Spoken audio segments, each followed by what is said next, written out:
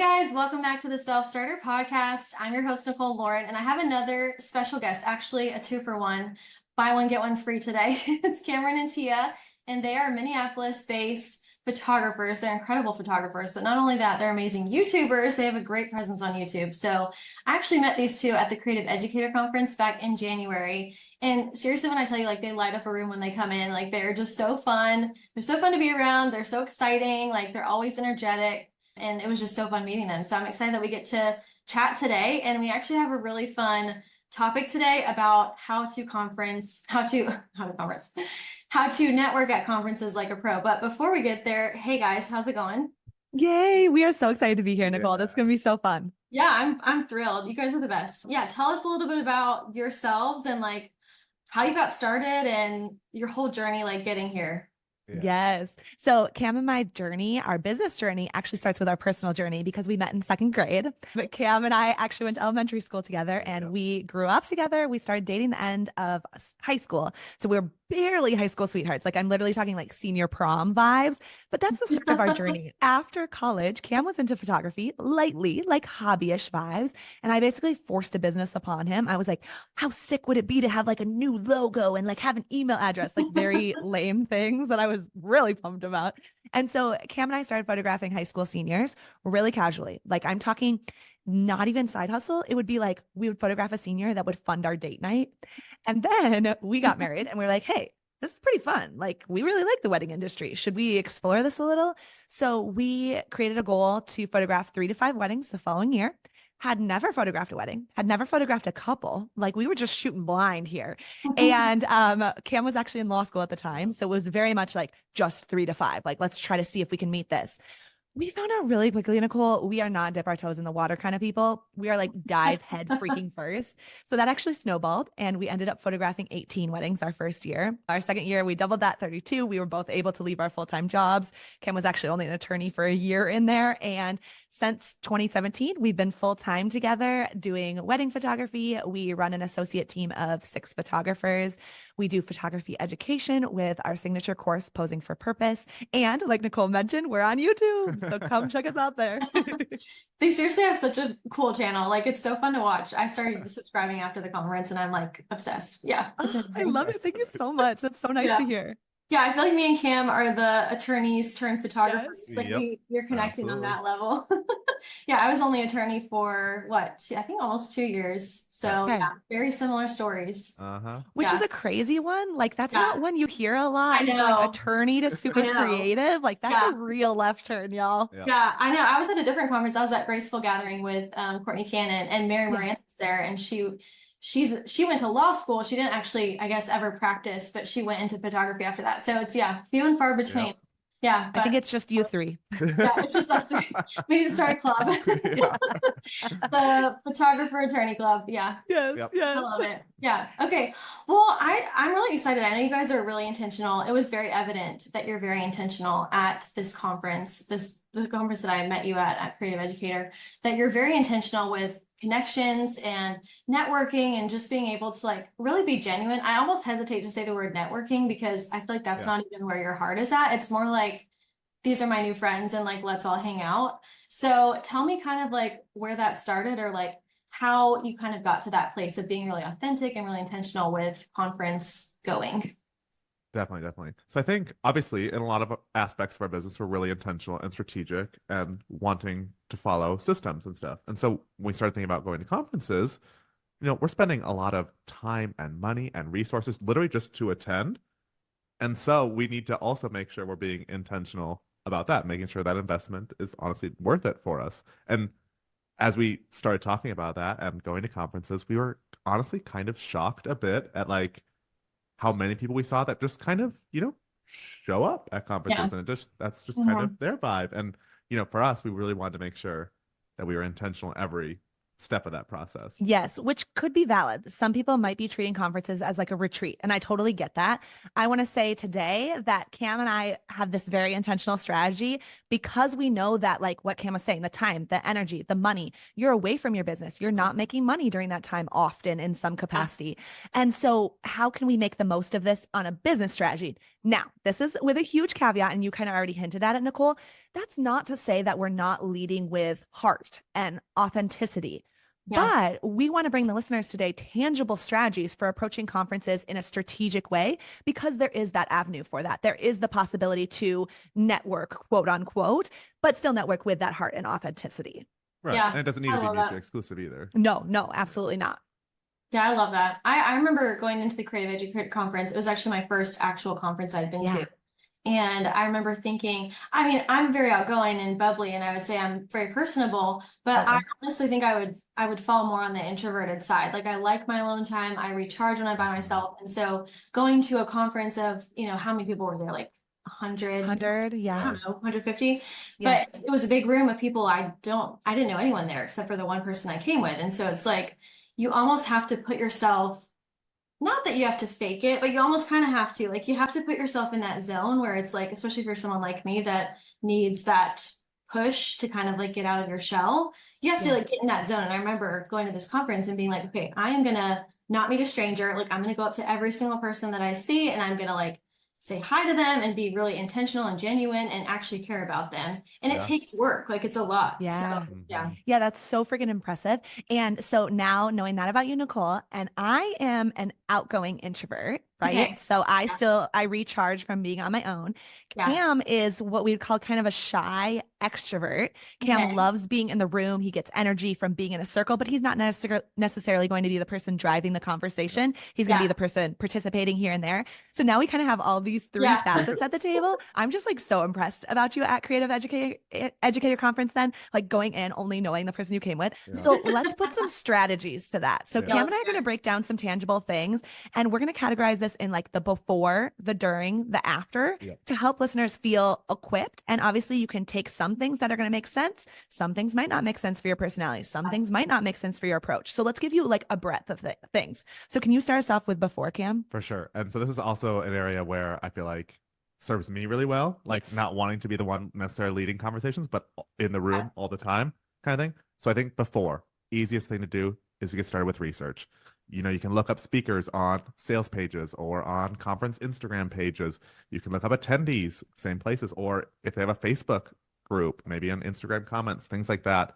You can stalk their Instas, their websites, their YouTubes, any resources that they have available you can learn from. And You while you're really start getting a sense of everyone. absolutely, and while you're doing that, you can start following them, start engaging with them, because ultimately it makes it so much easier when we approach a conference with some at least warm connections to have instead of having to go in blind. Because I mean, that's honestly impressive to not know people there and Yeah. still be able to strike up conversation stuff. That's so hard, especially for someone like me. Yeah. So if we can at least have maybe a warm connection with them, we've connected on Insta or something while following them. Yeah. And something to say about this is I think that this is often skipped. People are like, Yeah. okay, I signed up for a conference and then my ticket, I'm just holding on to it, hanging on to it for a few months. Okay, wow, it's time. Oh, I got to book my hotel quick. Okay, now I'm here.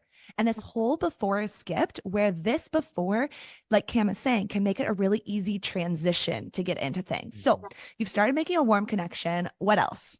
Yeah. I think it's also like natural for us too to, go into a new thing and want to learn more. So this is already something maybe you're kind of doing, but being intentional about it and really strategic helps a lot. On top of that, we love to make a hit list Yeah. when we go to conferences. Okay. So our hit list is, and we're going to get into this more in depth, but we like to actually make a targeted list. And sometimes this is more like we just casually talk about it between the two of us. Sometimes this is written down on a post-it. Sometimes this is written down into a journal of people that we want to be sure to connect with. This could be sometimes speakers. This could be attendees that we know are going to be there. This could be people who we've followed on Instagram for 4 years, haven't really DM'd with them ever, but we've really admired them. We just want to get to know them. So we make an actual list. And this is again where we're leading with heart. We're leading with authenticity, but this is strategic. We're not just going in on like, here, can we like kind of spray and pray and meet as many people as possible? It's saying, no, we know that this person could be valuable in the future. We know that this person might be a great personality fit for us. So let's put them on a hit list to make sure that this gets done. And then it's the mindset of if we don't hit these things on our hit list, this conference might not be worth it. Yeah, it might not be a success for us because that was in our hands. Yeah. Yeah. And then the final thing is Yeah. that we create a tangible goal. Definitely, yeah. Related to the hit list and making it worth our while. Like we want to go in with goals that we know we need to hit these goals for this to feel really good for us. So those can include things like making sure we have conversations with specific people, like our hit list kind of thing. Photo and video content, whether that's photos of specific people or speakers there, photos of ourselves, or just literally content to show our audience and things like that. Making connections for the future, talking about collaborations or plans for collaborations, anything like that that we Yeah. can plan beforehand. We also try to prepare questions. And again, this will really vary on personality types, but I like having some go-to small talk questions. There's going to be ones that everyone is saying about like, what are you hoping to get out of this? Or like, what are your goals for your education this year? Or things like that. And honestly, I don't shy away from those. I think those are great. If you're having those conversations with multiple people, those are a great end in that will eventually lead to more depth. I think that's totally fine. But just having a couple go-tos for yourself is going to feel really comfortable. In addition, that might mean that we're preparing like insightful, powerful questions for educators, not just the basics. So if we know that someone's going to be speaking and they're going to be having a Q&A, or they're going to be having a fireside chat, or we're going to be able to chat with them in the hotel lobby later on, we're going to prepare things that we really wanted to know from them. We have this opportunity for direct access to them.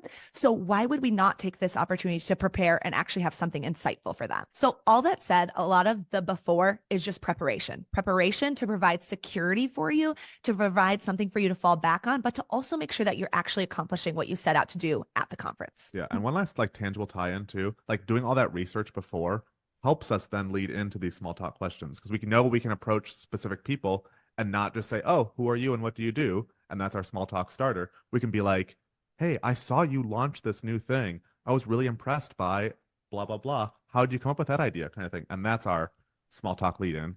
You're so right. It all kind of circles back. Yeah, that's the powerful part of it. Yeah, I love that.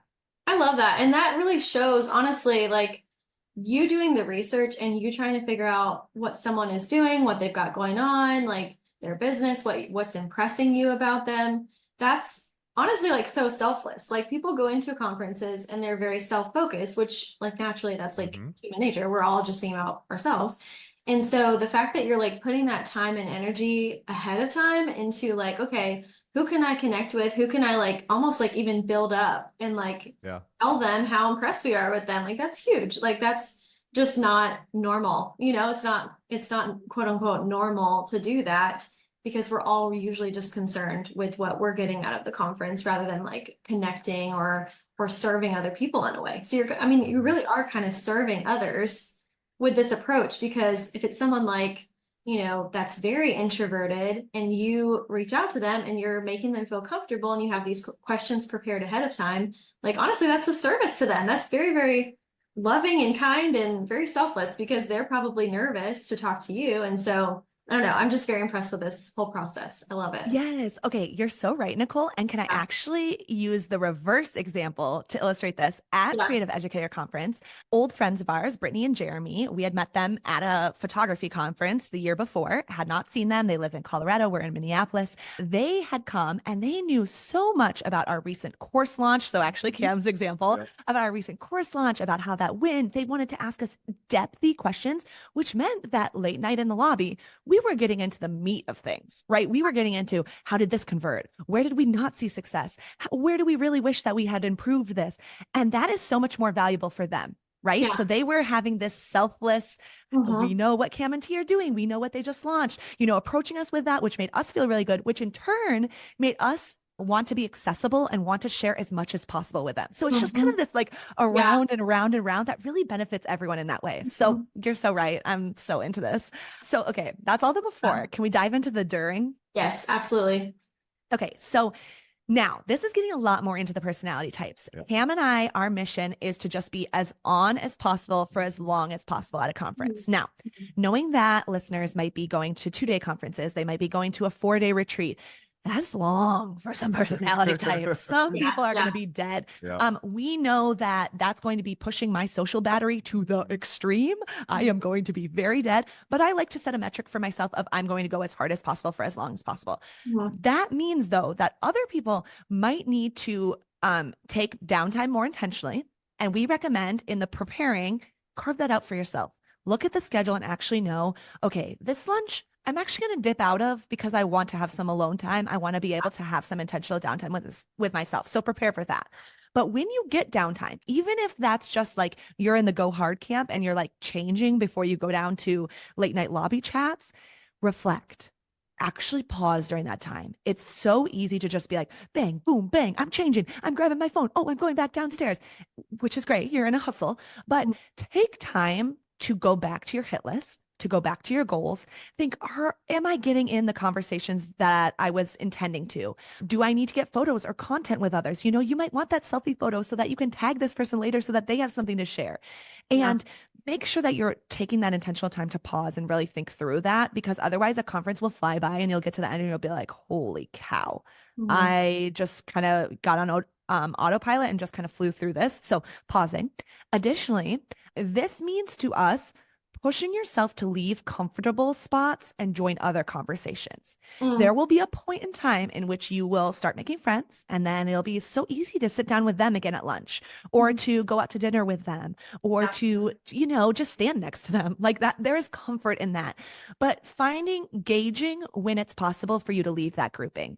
Really self-assessing, okay, now it's time. I'm going to just go to a brand new group. Or, hey, during lunch, my friend's going over here, but I should really sit down at this other random spot where I've talked to no one else in the circle. I also think the reverse of that is sometimes, while everyone at a conference obviously has things that are valuable and great connections to provide for you, if you feel yourself getting stuck in groupings, it's important to step away from that. I think that sometimes Cam and I will find ourselves at a conference like getting in these groupings over and over and over, and it's maybe draining us of energy. It's maybe not providing us something that we're hoping from.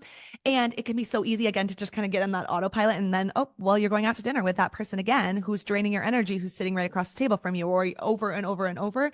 And it's important to step away from that when you can and just like put boundaries on that. So just some like mental mindset shifts. I think a lot of it comes down to pausing and self-assessing. Yeah. Being really self-aware sounds like the key here. Yeah. Totally. Knowing, 100%. like, your limits, but also, I love that idea of finding new groups, because sometimes you're right, like conferences can kind of feel like high school a little bit, like we all kind of find our little cliques, not in like a bad way, but it's just like we do get in that comfortability zone where we're like, oh, okay, we really click with these people, no pun intended, but like, we actually like these people, and but there's comfort in that. And I think that there's so much power if you can like break away from that in some instances. Like making those connections is good, but then also finding more, and not saying you like aren't friends with those first people that you hung out with, but just like adding to your roster, I guess you could say. Yeah, absolutely. Agreed. Yeah. I think also kind of to your point, but also slightly reverse too, is that obviously we're going to go into this being very strategic and thinking about, okay, when does my personality type need these breaks? Do these things that need to be intentional during this time too?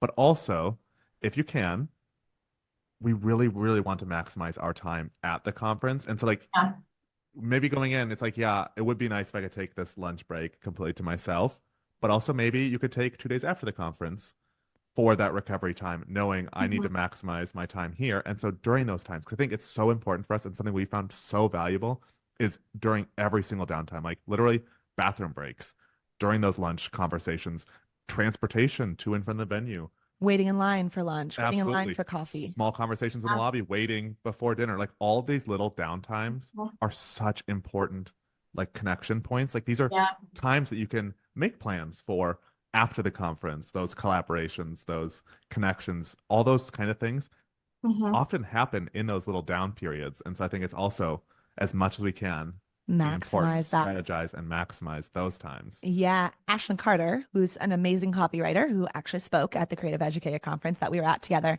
just had said that if she goes to an educational opportunity that's like 4 days long, she intentionally schedules out 4 days afterwards to recoup.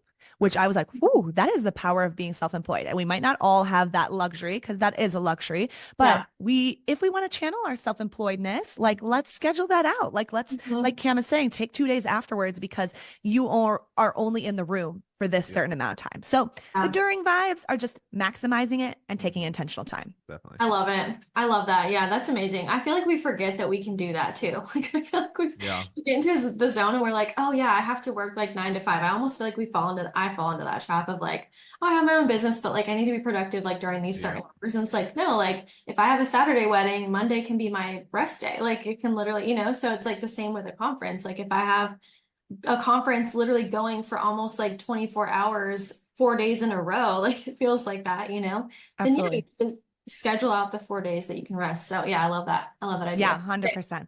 tell us So about after. yes, Yeah. transitioning into after. Uh-huh. Well, hopefully we're all scheduling out some time there, but Yes.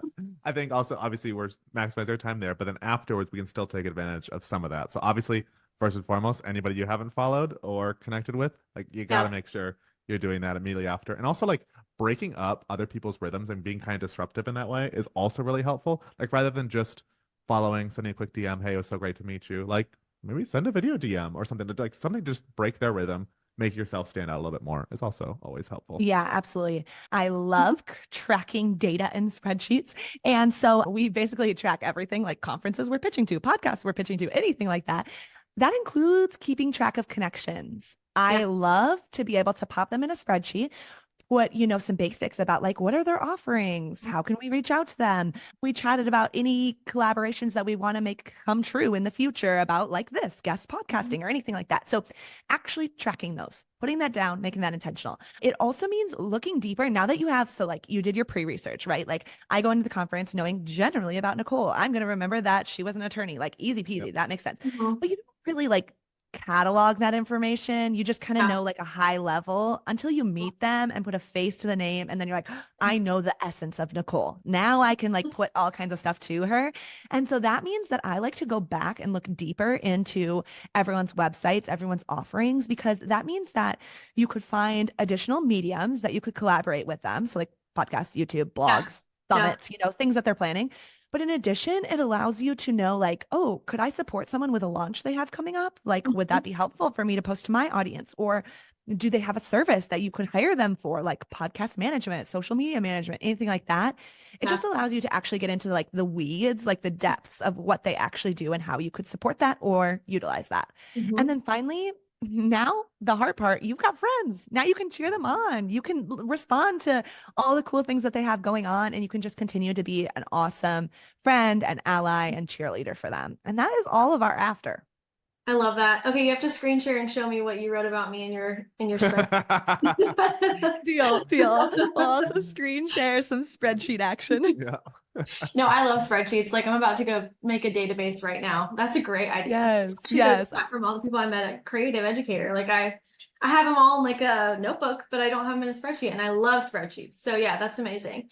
Yeah, I love but to your point about the friend thing though, like when I launched my mastermind program last month, Yeah.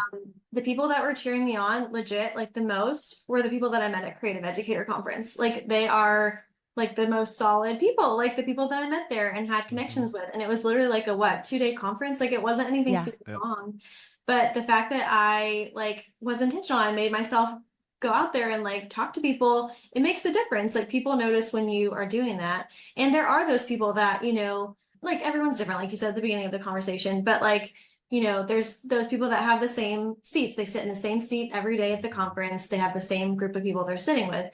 And like, there's so much to be said about walking in and just being like, okay, I'm gonna own it. It's almost like going to the movies by yourself. It's like, I'm just gonna own Yes. it. And like, I'm gonna go sit next to someone random in a random seat. And it's amazing how much that just doing that can make you stand out in someone's mind. And you have literally a friend that's far beyond the conference. So yeah. Yes, 100%. Yep. Also, like, P.S. Hey, Layli Amati, is this just an advertisement for the Creative Educator Conference? If anyone hasn't been, it's phenomenal. You can use my affiliate code. Is there affiliate? Yeah.